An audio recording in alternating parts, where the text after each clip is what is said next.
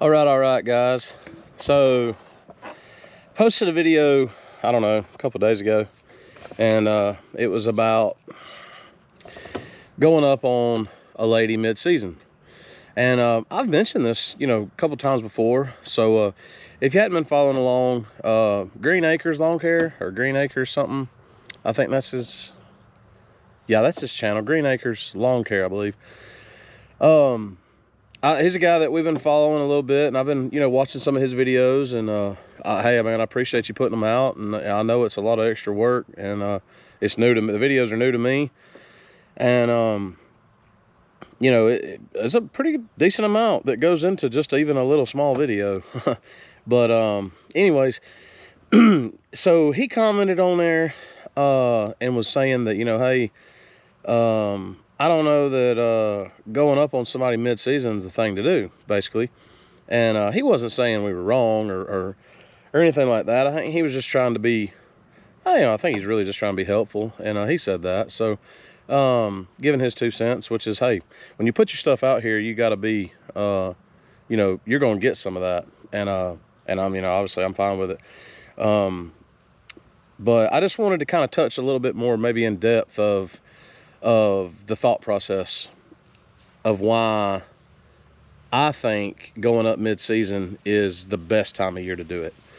Number one, when you are starting in the beginning of the season, we all know that that's a huge rush. That's when you're going to have the majority of your phone calls. That's when you're going to have people reaching out to you, at an all-time high throughout the season, okay?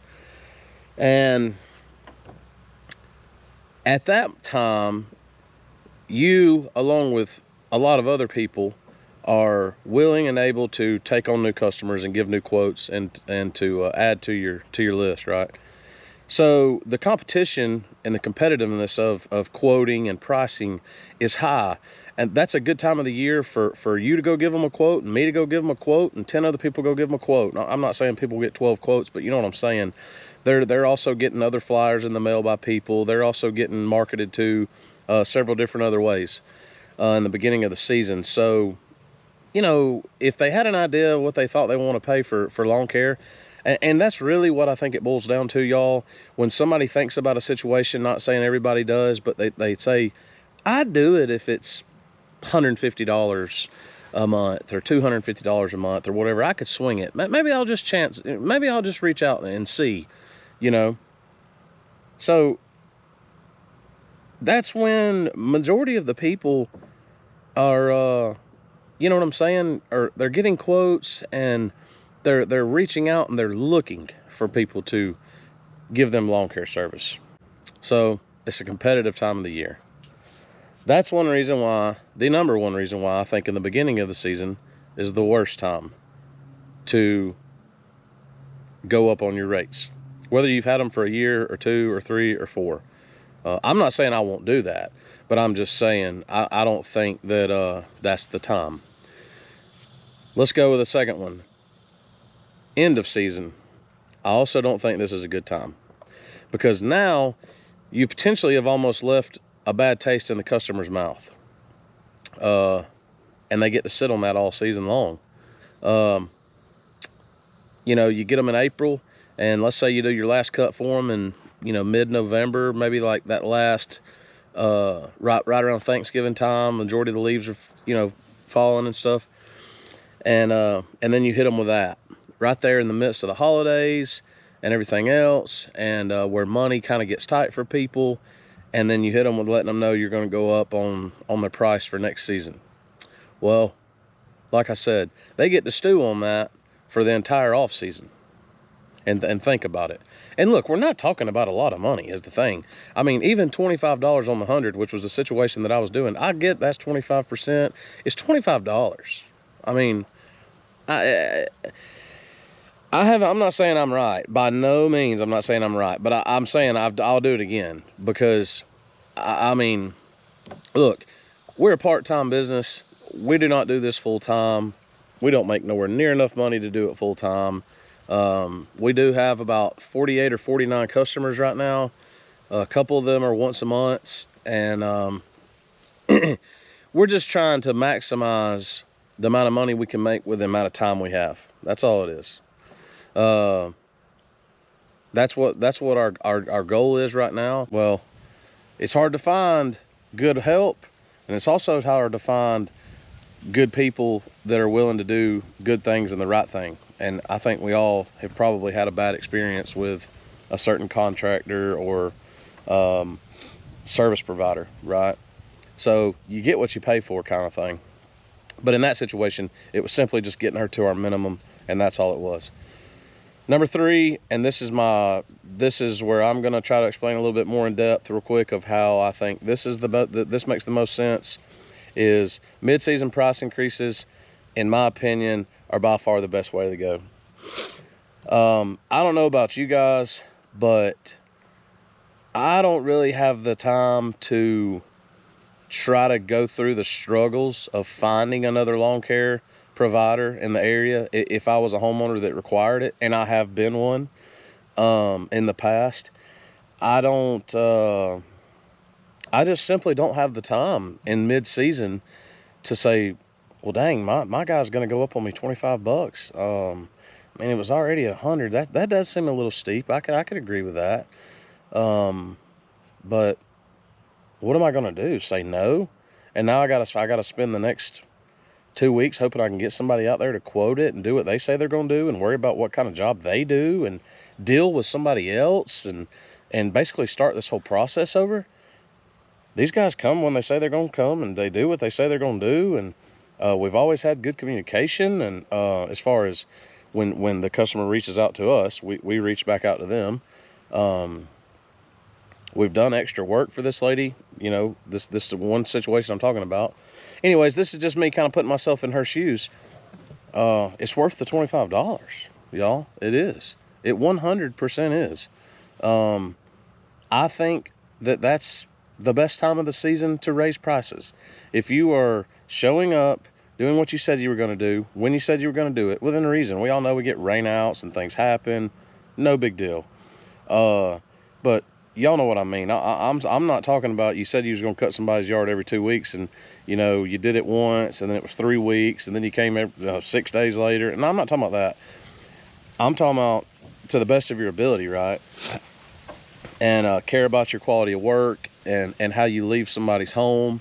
And you know, I'm just saying, if I'm a homeowner, I'm not going to sit there and say, well, I'm not going to do that. I'll find somebody else. And I'm not going to put myself, with all that I have to do right now, I'm not going to sit there and worry myself about trying to find another guy and getting a couple more quotes and trying to go along with that and starting another process. I'm just not going to do it. That's why I think mid-season prices increases are the absolute best for your business. Is it best for the customer? Maybe not. Is it better for your business though? 100%. I mean, in my opinion, it's not even an argument on why that makes the most sense. And I could be dead wrong. This is just what we do. Like I say, I don't really care to, I'm not going to not raise prices in the beginning of the season or the end of the season. I'm not going to not do any of these things, but I am going to try to make sure we do the majority of our price increases mid-season. I'll give you another reason why. Mid-season, when the grass is really, really growing, if that's the type of grass that you cut. I know the guys up north with the fescue and stuff, the spring is the crazy grass growing like, you know what, and just wildfire. And, you know, that's the time of year that you're just absolutely swamped, covered up. Well, for us down here in the south, right now is the time of the year where we're just absolutely swamped and covered up. And it's the hottest part of the season. The grass is thicker than it has been all year long. You got summertime showers, and all these things. And that's your worst, that's the worst timing, I guess you would say, for yards. When I time a yard right now versus when I timed a yard at the beginning of June, it takes me a little bit longer. All across the board. All across the board. Every single yard, but probably 2 of them takes me longer. So What that means is if they're at our minimum in July and August, then they're going to be a little bit above our minimum in the spring and the fall. And that's a win. That's a win to me. That's where you want them to be at, in my opinion. You can do what you want to do. Obviously, that's the great thing about this country. You can do what you want to do. If you don't want to raise your prices ever, then fine. We were in a situation, and when we first started, Cody actually had a buddy that gave us a few yards, man. He was getting out of it. And we went up on like every one of them right off the rip. And I think he was a little took back by it and whatnot. But, you know, when we first started when we got those yards, man, it was right after COVID. All the prices of everything was starting to go up. Fuel was going up. Everything was just in a whirlwind, and we were going up on these people. You know, we gave them our prices, and to the best of my memory, he gave us the prices that he charged for them. And I know with one of them, we agreed that was our price. With another one, I think we went up like $25 or $30. One of them, I think we went up 5 or 10. And I can't remember the other one, but we have 2 of those 4 left still now. And both of the other ones left because of the price. And I'm okay with that, because there's thousands of other people out here that we haven't even talked to yet. We don't know really where the bar is. We've pressed the limit a little bit on a couple things, and we do know that we're a little bit higher on pricing than, I'm not gonna say the majority, but some of the other people that we know and have talked to, we're a little bit higher. So with all that being said, man, it is what it is. It's your business. That's why you started it. You get to make your own decisions, and that's the great thing about it. That's one of probably my most favorite things that I enjoy about it. But yeah, to each their own, man. I just wanted to throw that out there. All right, guys, listen, I want to talk real quick. I've made this video like 4 times. I just want to make sure y'all can completely understand where I'm coming from. I know it's kind of dark out here. I'll try to post some other video to cover this up, hopefully. So the whole price increase in the middle of the season, I'm just going to give you a quick rundown. I feel like that's the best time to do it. I feel like if you're proving yourself, if you have a track record with this with this customer, and things like that, y'all, yeah, 100%. I think it's the best time to do it. And listen, the reality of the situation is we don't have any control over fuel prices, grocery prices, house prices, interest rates, anything. I'm not trying to bring politics in it at all, but I'm just saying, nobody asked me as a consumer if I'm okay with a price increase, right? But I, as a consumer, have the option to buy the product or not buy the product. And I just look at it as the same exact thing. We're a service provider. And if you want service, you can pay for it. And if you don't want the service, you cannot pay for it. And it's absolutely no hard feelings. So I do try to tell the customer if we're going up on an increase, as soon as we get done cutting it, that allows them 2 weeks to find somebody else. In my opinion, that's no different than if you're going to quit a job somewhere else. The standard, right, is you give somebody a 2-week notice and then you're gone to another job, right? So it's no different there. I guess if you want to bring feelings into it, you can. But look, it's just business. It's nothing other than business. Yeah, man, look, I think it's self-doubt is what it is, guys. I think it's self-doubt when you just want to wait and then tippy-toe around the subject of going up on your price. I don't slap them in the face with it, but I think really and truly, y'all, what it boils down to is self-doubt. Thinking that you can't do it, when in reality, you can do it. And to be honest with you guys, you know, there's no other business really out there, I guess, that don't do it. I mean, I hate to sit here and you know, have to give examples, because I know somebody's going to say, you know, listen, this is not even the same thing. And it's not. But when Netflix goes up on your account, they don't ask you if you're okay with it. I mean, you know, and I mean, I'm just saying, Netflix they provide a service to your TV, and you can either pay for it or you can either not pay for it.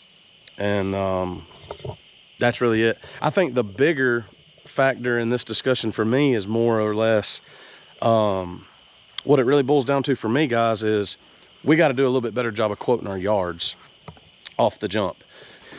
Listen, if they're not going to pay it, I just don't think there's nothing that you can tell a customer that's going to change their mind. They have a price in mind that they're willing to pay for the service, and that's it. That's it. It doesn't matter what you say. If they have it set in stone, well, that's what they're going to pay. So, but hey, y'all, no harm, no foul. We're learning, you know. I enjoy watching y'all guys' videos and everything. If it's not at the minimum, they need a price increase. That's it. I mean, there's nothing more to say about that, really. I guess the only other situation somebody brought up was, hey, if I just got this customer and I cut it 2 times, and then I turn around and go up and just tell them that, hey, listen, I bid it wrong. Yeah, I agree with that. Listen, I agree with all of it, guys. This is your business. I agree with all of it. But I don't really necessarily agree with waiting. That's it. It's our fault that the jobs that are underbid because we bid them. But we just need to do a better job of that. And unfortunately, it's hard when you don't get to do cookie cutter yards, when you're just doing small yards. You know, we got some yards that it would take a guy 2 hours, 3 hours to do by themselves. We've had bigger. We've cut properties as big as 8 acres. Yeah, listen, I appreciate everybody, the comments and everything. That's why we did this. We want to connect and, you know, share opinions.